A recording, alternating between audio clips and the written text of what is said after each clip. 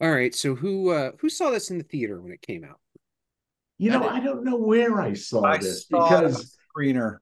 Oh right up wow. until the end, I was Mhm. thinking, this is a pretty good movie. This is okay, yeah. And then when he gets to the lakefront, Uh-huh. I was like, oh wait, I've seen this. I've seen this scene where Jude Law gets killed. So Spoilers. It I was saw nicely this done. The reflections, I thought that part too. Yeah. Yeah. I saw this in the theater. This was the most impressive scene in the movie. Mhm. It's the best shot. It's the it when you realize that this is all based on a samurai manga, Mhm. Yeah, like yeah. this looks like a samurai manga, like But it it's also really reminded me of the Coen brothers flick. Miller's Crossing. Oh yeah. Yeah, Miller's A Yeah, Crossing. lot. Yeah, without all the crazy accents, it was. or the Dick Tracy movie. Uh-huh. yeah, Without the yeah. crazy colors. Yeah, they Yeah, turned the without the color crazy down. This was colors. good. It definitely has the lighting of the Dick But that Tracy, scene you're from what I behind, remember. that scene behind Tad, they think they rented every sprinkler in town for that one, man, because it was Yeah, pretty yeah. cranking that It's scene. this totally 100% deserved the posthumous Yeah. cinematography Oscar that Yeah, they got. Conrad Hall, man, that's the guy started out doing But uh I, I, yeah, that might be the only thing I really love about this movie. Yep. really. I had a lot of problems with it at the time, and I'm still like, I Yep. love Tom Hanks. I do not think I believe Paul Newman in that role way more than I believe Tom Hanks in his role, and that's a fundamental problem. Yeah, he I was a just don't lot buy it. like Albert Finney, I thought. I've seen other actors who are used to playing nice guys transition to a bad guy way Jim more Carrey. effectively than he did in He's this. Yeah. not a bad guy is the problem. Like Well, that's Yeah, he's he's supposed to be so decent.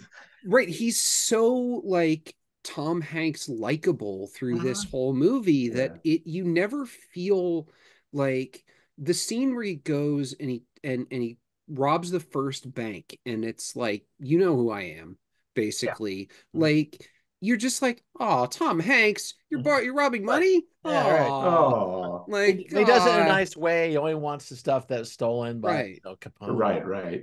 And And no, I the thing think is, And the weird thing is, Tom Hanks's his makeup or his just demeanor, he really looked like my dad. wow. It was Okay, that kind of must have been pretty scary. strange. No, He had the same little cheesy mustache. I think the Hanks did a pretty role good was job, but very managed. this is the typecast thing that Yeah, Tom Hanks is a nice guy and he's going to be a nice guy, but gangster in this thing, and so you struggle with it. There's a tension there between who the actor is and who the character is throughout the whole thing.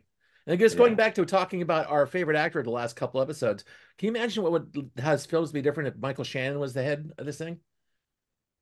or If he That would played be the kid's there's a lot dad. of people you could put in I this know. role But the who thing is, would like, do but he looks scary, and he doesn't play nice guys. I'm surprised Michael Shannon isn't in this The thing movie is, to it be reverse it all because if he trying to, you see him trying to be a nice guy and helping out his protecting his kids like that, it'd be a completely different thing.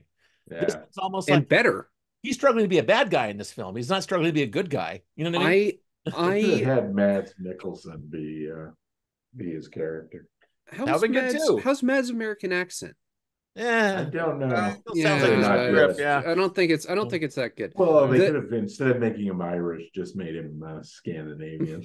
I Like mean, that would be weird for the call him the Dane, right? his name's Michael Sullivan. Like Uh-huh. No, well, I mean, they give him a different name. Yeah.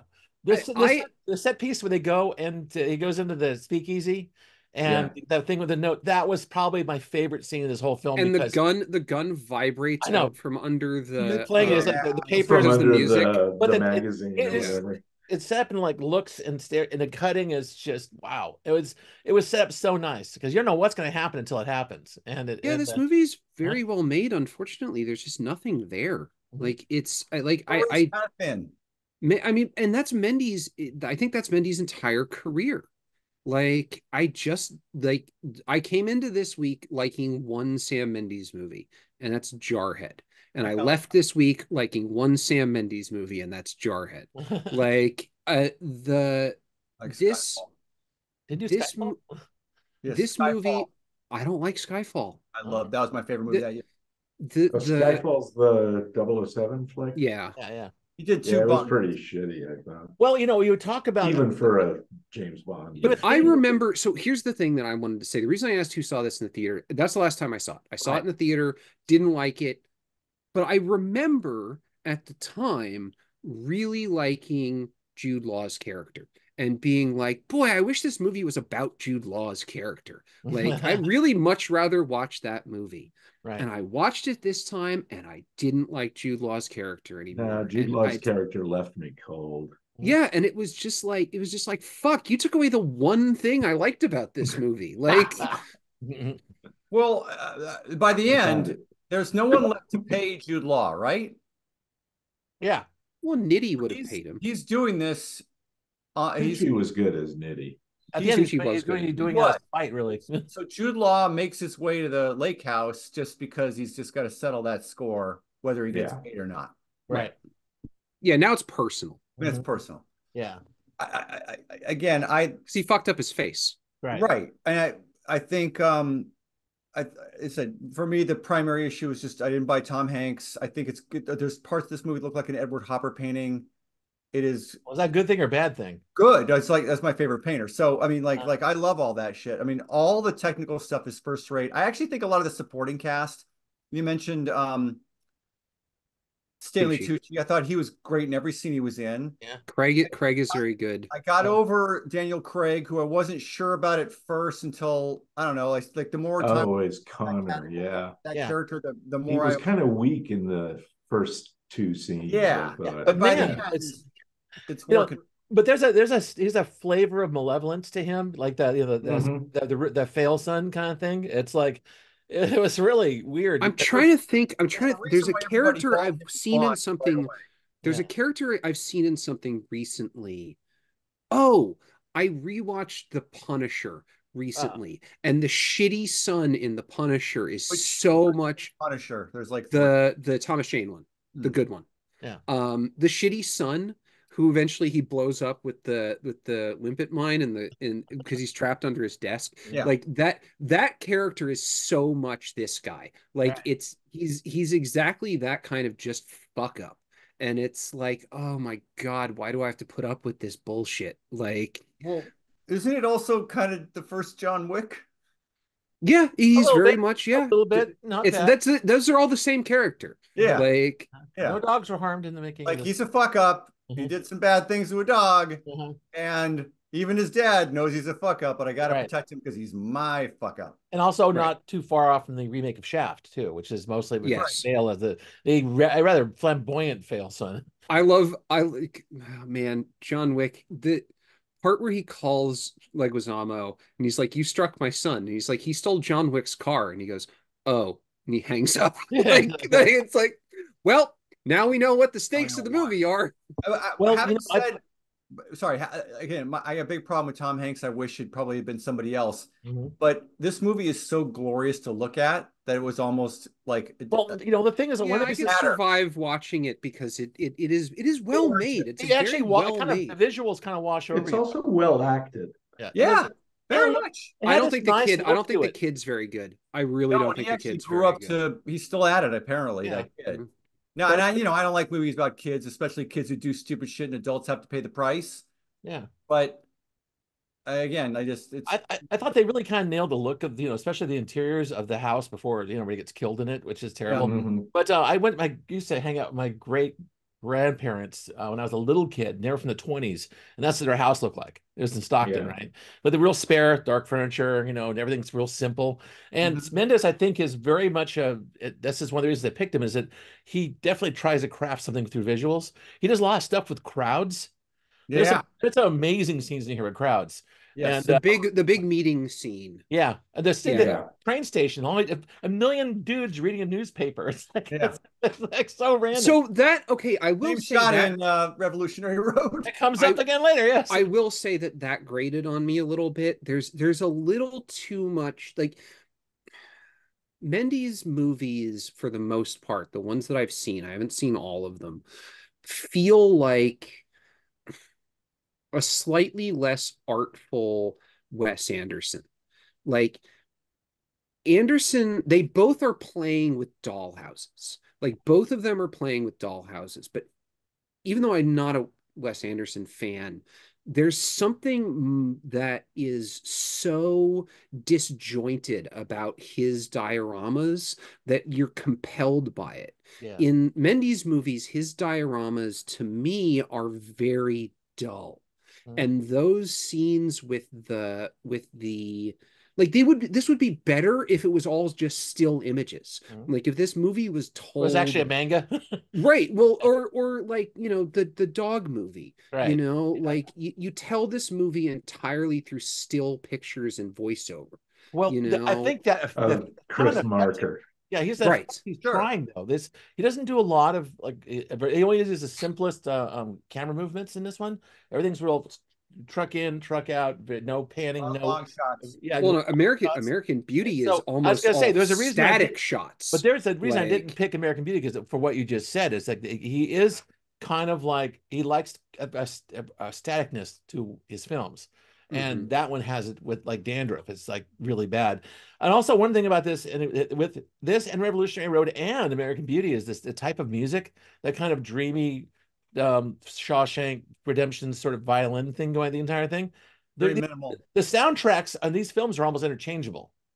Yeah, Yeah, and you're right. so it's like he's trying for that kind of again. This is I think that the The Shawshank soundtrack Redemption really asserted itself more in the second it movie. is. It was very so there's always pushing with the soundtrack in this film. So there's a lot of the emotional stuff comes from it coming in from post, Right, So and and that's why I kind of my idea of everyone's underacting a little bit, you know. that's part of, and I think that's part of my problem is I just don't see it on the screen. Like, film is a visual medium. Right. Like, and I don't, it's funny thinking about, us having that long conversation about uh Zone of Interest Mhm. last week, and how important the sound is in that movie, but you can't overlook how good everything looks too. Yeah. Like the idyllic world that is counterpointed by the horror of the audio makes for a really interesting tension in that film. I feel like this is trying to add to it with the audio, but there's not enough of a foundation there to build on.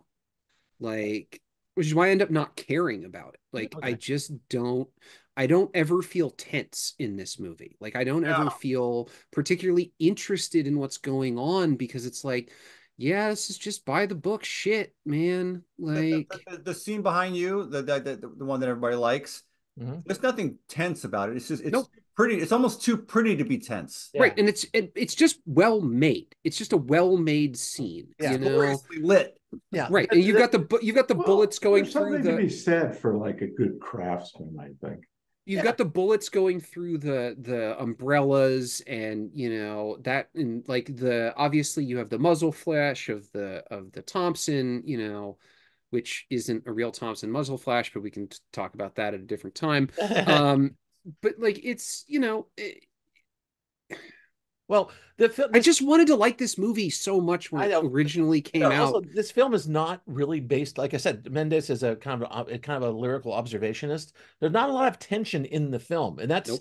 that is kind of goes against what the story is trying to tell The you. most tense The scene is thing the is, one with him and Jude Law in the diner. yeah, what happens is you don't get tension, you get series of shocks. You Right. get like the kid seeing the shooting, and you see, and Jude Law getting nailed in the middle part, and these things that kind of come out of nowhere and bang, bang, bang, and propels the story to the next act. Yeah. That's you get that a lot in this film. This is his style, It's like it's. I think it's worthy and worth of exploring because I picked it. It is Oh, I was happy definitely to watch it again. yeah. It's definitely it's.